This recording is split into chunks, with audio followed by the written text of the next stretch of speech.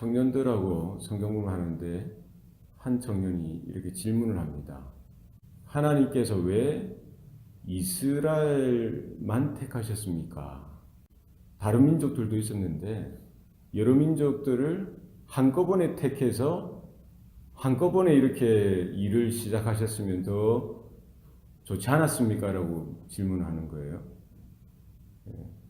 여러분은 어떻게 생각하십니까? 왜 하나님께서 이스라엘을 택하셨을까? 이스라엘만 택하셨을까요? 더 능력 있고 더 힘센 나라들도 민족도 분명히 있었는데 왜 하나님께서 이스라엘을 혹은 이스라엘만을 택하셨나? 이게 이제 여러 가지 신학적으로 또 뭐 성경의 근거를 가지고 이야기를 할 수 있겠죠. 우리가 알 수 없지만 분명히 거기에는 하나님의 지혜가 있다는 겁니다. 하나님의 경륜이 있으시죠. 하나님의 예정과 작정 가운데 그렇게 하셨음을 볼 수가 있습니다. 하나님께서 선택하시고 부르시는 것, 우리의 지혜나 우리의 생각이나 우리의 계획을 넘어선다는 거예요. 왜 하나님께서 아브라함을 선택하시고 부르셨겠습니까? 그가 온전한 사람이었기 때문에 그런 것이 아니죠. 그는 아버지 데라와 함께 우상을 만들어 팔면서 그렇게 살았던 사람입니다. 왜 하나님께서 야곱을 선택하셨습니까? 그는 발 뒤꿈치를 잡고 나왔다는 거죠. 이게 그 뜻이 뭡니까? 잡고 나왔다는 거예요. 누군가를 잡아야 사는 거예요. 속이고 잔꾀를 뿌리고 그런 인생을 살았던 사람이 바로 야곱이었습니다. 그런데 하나님이 그런 존재도 부르시는 거예요. 모세는 어떻습니까? 뭐 파란만장한 삶을 살았죠. 그러나 자기의 열심이 넘쳐서 살인하게 되어지고 도망자로서 광야에서 그냥 이렇게 양이나 치던 80세 된 그 노인을 하나님께서 부르시는 거예요. 우리는 다 이해할 수 없지만 분명한 것은 무엇입니까? 세상에 어리석은 자를 부르셔서 지혜로운 자를 부끄럽게 하신다는 거예요. 세상에 연약한 자를 부르셔서 강한 자를 이기도록 하신다는 거예요. 거기에 하나님의 지혜가 있고 하나님의 경륜이 있는 줄로 믿습니다. 그래서 우리가 만들어진 그 모습을 보면 우리가 잘 알 수 있습니다. 사람이 무엇으로 만들어졌습니까? 흙으로 하나님이 빚으신 거예요. 뭐 금도 있고 은도 있고 세상에 좋은 것이 많죠. 여러 좋은 재질이 많지만 하나님이 선택하신 것이 뭡니까? 하나님이 빚으신 그 도구가 뭡니까? 흙이에요. 흙. 먼지라는 거예요. 그런 존재를 빚으시고 생기를 불어넣으시자 생명이 되도록 하셨던 것입니다. 무가치한 존재, 거들떠 보지 않는 그런 존재를 하나님께서 빚으셔서 하나님의 영광을 담는 그릇이 되게 하셨던 것을 볼 수가 있는 것이죠. 그 다 누구의 마음이고 누구의 뜻입니까? 토기장이 만드시는 이 창조주 구원자 하나님의 영원한 작정 가운데 경륜 속에서 이런 일들을 계획하시고 시작하셨던 것을 볼 수가 있습니다. 예수님께서 부르셨던 그런 제자들도 동일해요. 세상에 똑똑하고 잘난 사람들, 위대한 영웅들을 부르신 것이 아니라 갈릴리 그 어촌에서 평생 고기 잡던 그 어부를 부르신 거예요. 세리를 부르셨습니다. 독립운동한다고 하는 그 열심당원을 이렇게 부르신 거예요. 우리는 이해할 수가 없지만 하나님의 경륜 가운데 연약한 그 인생들을 불러주셨던 것입니다. 이스라엘을 부르신 하나님. 그러나 그 하나님의 영원한 경륜이 있으신 거예요. 우리 입장에서, 이스라엘 입장에서 그것을 충분히 헤아려 드리고 충분히 깨닫고 왜 하나님께서 쓸모없는 연약한 깨어지고 부서지기 쉬운 우리와 같은 이런 존재를 부르셨는지에 대해서 철저하게 깨닫고 인식하고 확인할 수 있고요. 더 순종하는 삶으로 나아가야 되는데 인생이 그러지 못하는 거예요. 하나님은 그들을 먼저 부르신 것이죠. 이방의 빛으로 불러주신 것입니다. 세상의 제사장 나라로 불러주셨던 거예요. 하나님의 그 구원의 여정 가운데, 하나님의 구원의 시간표 가운데 먼저 부름을 받았던 것이죠. 그러면 하나님이 왜 우리를 불러주시고 그들을 불러주셨고 그 이후에 행하실 일들이 무엇인지에 대해서 그 시선이 가야 되는데 인간이 그런 것 같아요. 자기가 이렇게 어떤 특별한 그런 대접을 받고 그 자리에 서게 되면은 이런 모든 여러 가지 조건들이나 이런 배경들은 다 잊어버리고 자기에게 어떤 선함이나 어떤 능력이나 당연한 어떤 것이 있는 줄로 착각하는 것이죠. 이스라엘이 그러했던 겁니다. 하나님께서 불러주셨던 것은 하나님의 일들을 위해서, 하나님 맡기신 사명을 위해서 하나님의 구원의 그 경륜을 펼치는 하나의 통로로서 불러주셨던 것인데 그것을 망각하는 것이죠. 그래서 어디에 빠집니까? 선민사상, 엘리티시즘. 하나님의 은혜는 깡그리 잊어버리고 자신들이 이 자리를 누릴 어떤 특권이 있는 양 그렇게 생각했던 거예요. 그러니까 우월한 마음들이 생각되는, 우월한 이방인들에 비해서 자신들이 특별하기 때문에 하나님께서 자신들만 사랑해 주시고 자신들만 이렇게 선택하여 불러주시고 율법을 맡기시고 언약을 맡기셨던, 여기에 이제 이렇게 함몰되어져서 그쪽으로 가는 거예요. 어리석은 것이죠. 깨닫지 못하는 겁니다. 그렇기 때문에 하나님께서 여러 선지자들을 보내주시고 계속해서 그들의 이런 경로를 수정하시고 바꾸시고 조정하시는데도 안 되는 거예요. 결국 누가 오십니까? 하나님의 아들, 독생자 예수께서 오셔서 바로 그 사명을 다시금 깨닫게 하셔서요. 이제 혈통이 아니라, 전통이 아니고 혈육이 아니라 율법으로 될 수 없는 이제 새 언약, 예수 그리스도를 통한 그 새 언약을 통해서 이루실 하나님의 구원이 이제 유대, 이스라엘 그 혈통에 갖춰졌던 그 하나님의 구원이 세계 모든 언어와 열방과 만방 가운데 모든 민족 가운데 흘러가고 증거되어지고 하나님의 나라가 확장되어질 수 있도록 그 길을 열어주셨던 것을 우리는 볼 수가 있는 것이죠. 하나님의 뜻입니다. 먼저 부름을 받았다는 사실을 깨달았어야 되고요. 깨달아야 하는 것입니다. 오늘날 우리들도 마찬가지예요. 오늘날 우리들도 마찬가지입니다. 우리가 왜 이 자리에 있는지, 우리가 내 구원받은 것, 우리 자녀들 구원받는 것, 우리 교회가 잘 되는 것에만 관심이 있고요. 우리 교회 밖에 있는 영혼들, 정말 복음이 아직까지 증거되어지지 않은 그곳, 여러 땅끝 민족을 향하여 우리가 관심을 가지지 않는다면 우리도 구약의 이스라엘 백성들과 똑같은 그런 어리석음, 그런 우를 범하게 되어진다는 사실을 우리는 기억해야 할 것입니다. 그래서 사도행전을 우리가 통해서 우리가 배우는 것도 그렇고요. 서신서들을 통해서 이 바울이 사역하고 베드로가 사역하고 요한이 사역했던 그 사역의 현장들을 우리 서신서들을 통해서 확인해 가면서 하나님의 구원의 경륜이 어떻게 이 땅 가운데 펼쳐지고 또 그 모든 언어와 혈통과 민족과 나라와 시대를 넘어서 주의 복음이 이 땅끝까지 증거되어진 그 일을 위해서 이스라엘도 불러주셨을 뿐만 아니라 헬라와 로마와 여러 이방 민족들, 잡족들까지 하나님의 시간표대로 이렇게 하나하나 불러주시고 사용해 주신다는 사실을 우리는 기억해야 할 것입니다. 특별히 에베소서를 통해서도 마찬가지예요.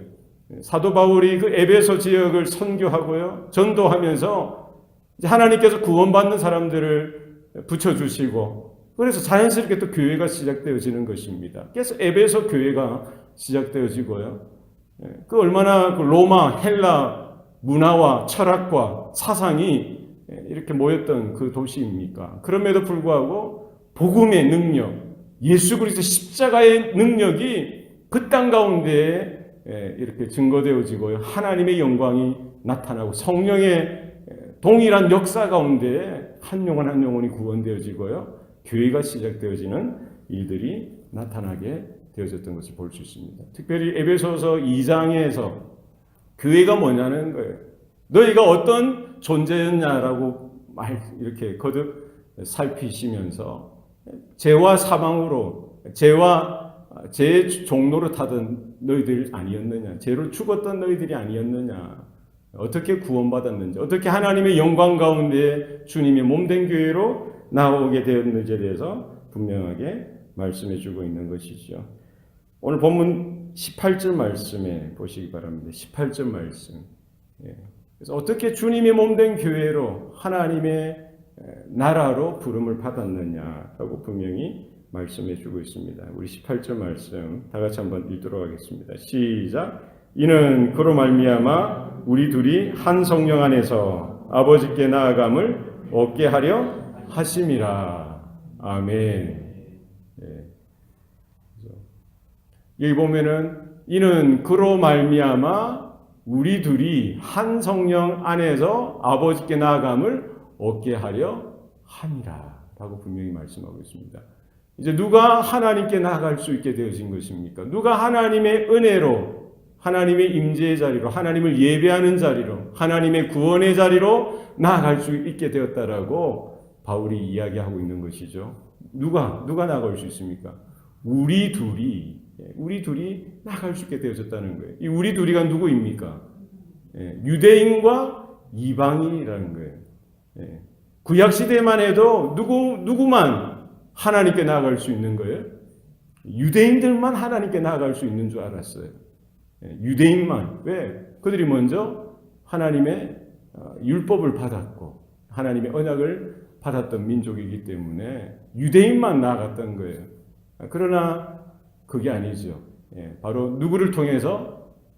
그로 말미암아 예수 그리스도로 말미암아 예수 그리스도를 통해서 그분이 십자가에서 죽으심으로 말미암아 그 예수님이 십자가에서 돌아가실 때에 어떤 사건이 일어납니까? 성전에서 휘장이 위에서부터 아래로 찢어지는 이런 사건이 일어나죠. 휘장이 찢어지는 거예요. 휘장은 어디에 있는 거예요? 성소 안에, 성전 안에 성소와 지성소를 가리는 우리 저런 휘장처럼 그 성소와 지성소를 가리고 있는 그 휘장이 위에서부터 아래로 찢어지게 되어진 것이죠. 바로 예수님의 죽으심을 통해서 예수님의 살이 찢겨지고 육체가 찢겨지는 그 사건, 그 십자가의 사건을 통해서 예수님을 통해서 예수님의 죽으시는 그 사건을 통해서 이제 하나님께로 나아갈 수 있는 길이 열려졌다는 것입니다. 그래서 우리 둘이 유대인이든지 이방인이든지 누구든지 어떻게 하나님 앞에 나아갈 수가 있는 거예요? 예수 그리스도를 통해야만, 예수 그리스도로 말미암아 중보자를 통해서만 하나님께로 나아갈 수 있는 것에 대해서 분명히 말씀하고 있는 것이죠. 그래서 구약에는 이스라엘이 대제사장을 통해서 그 제사 사역을 통해서 제물을 잡고 피를 뿌리고 태우고 특별히 1년에 한 번 대속죄일 날 대제사장은 온 이스라엘을 대신해서 대표해서 그 제사를 드리고요.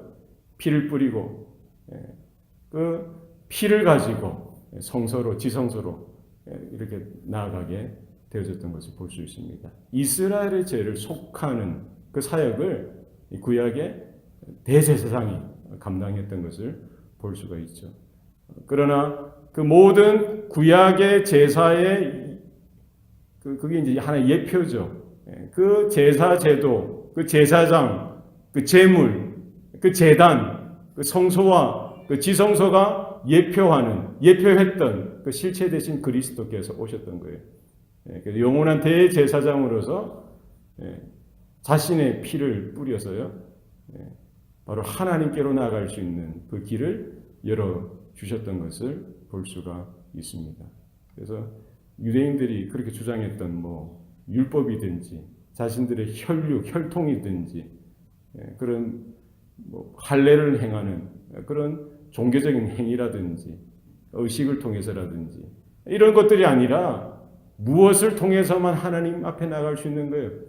바로 예수 그리스도.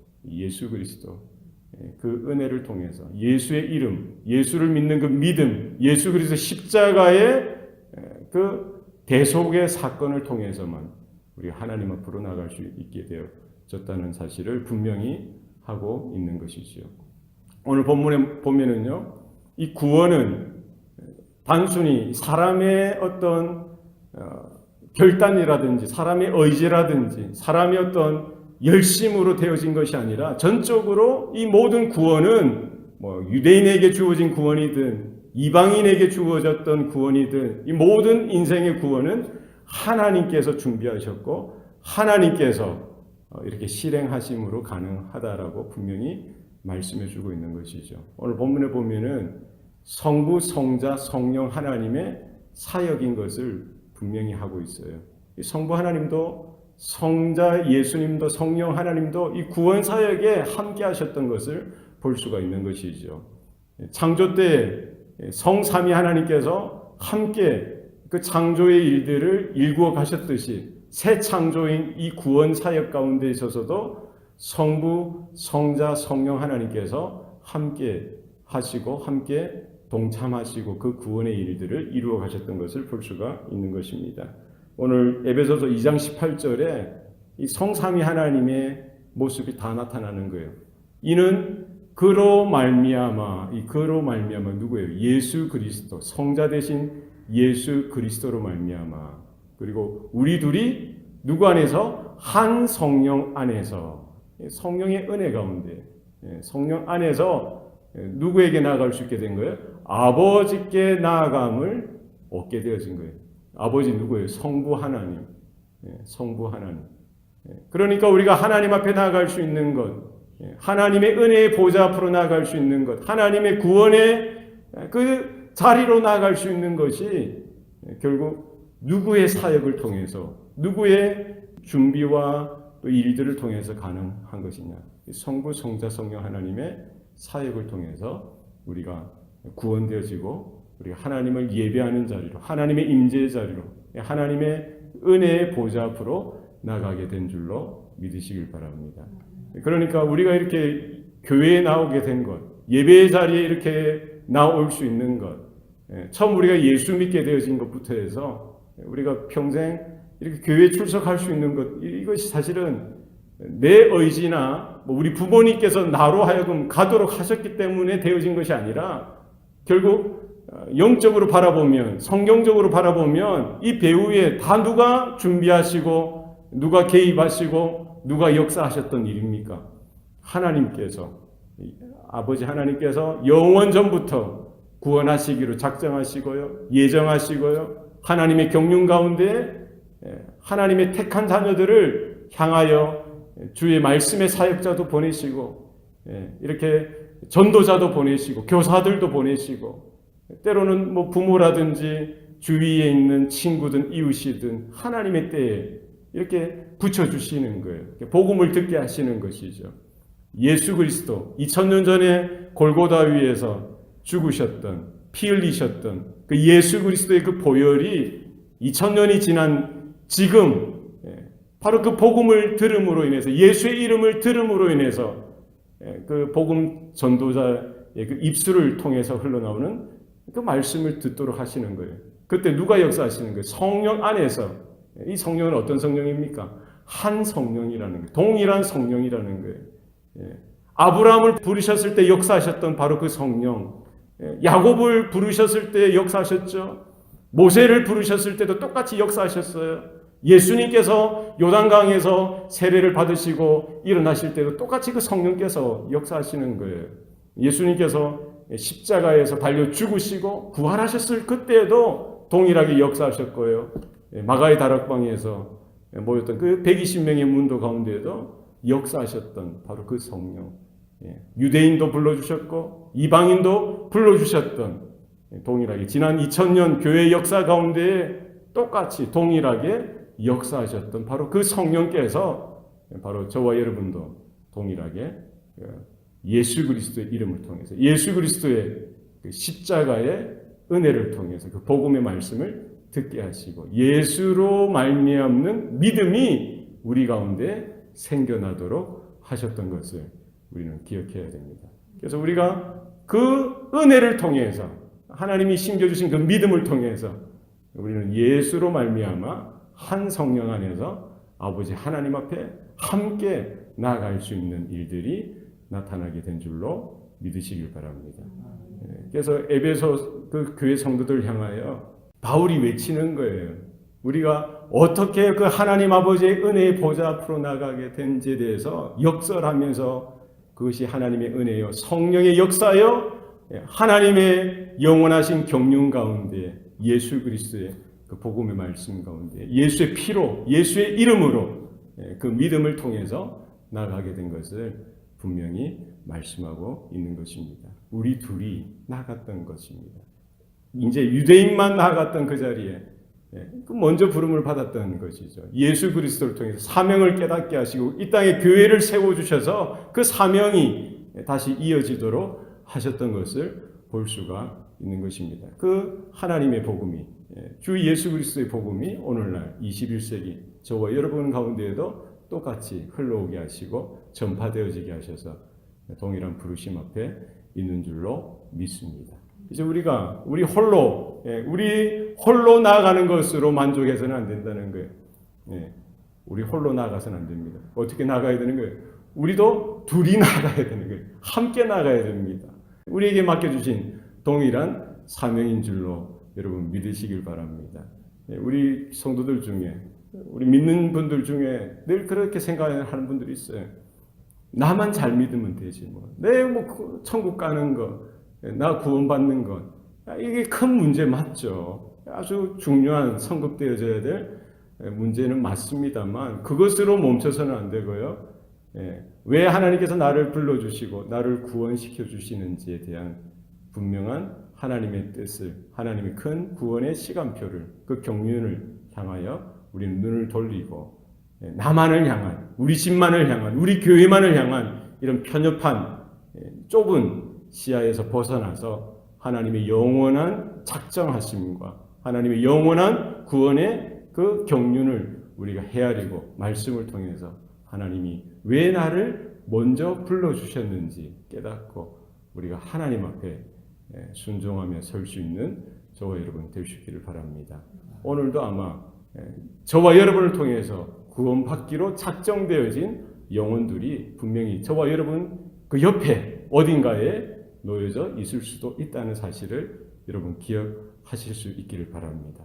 예전에도 우리가 바울이 언급했듯이 우리가 나그네였고요, 외인이었고 하나님의 은혜와 상관없는 그런 존재였습니다만 이제 그렇지 않다는 거예요.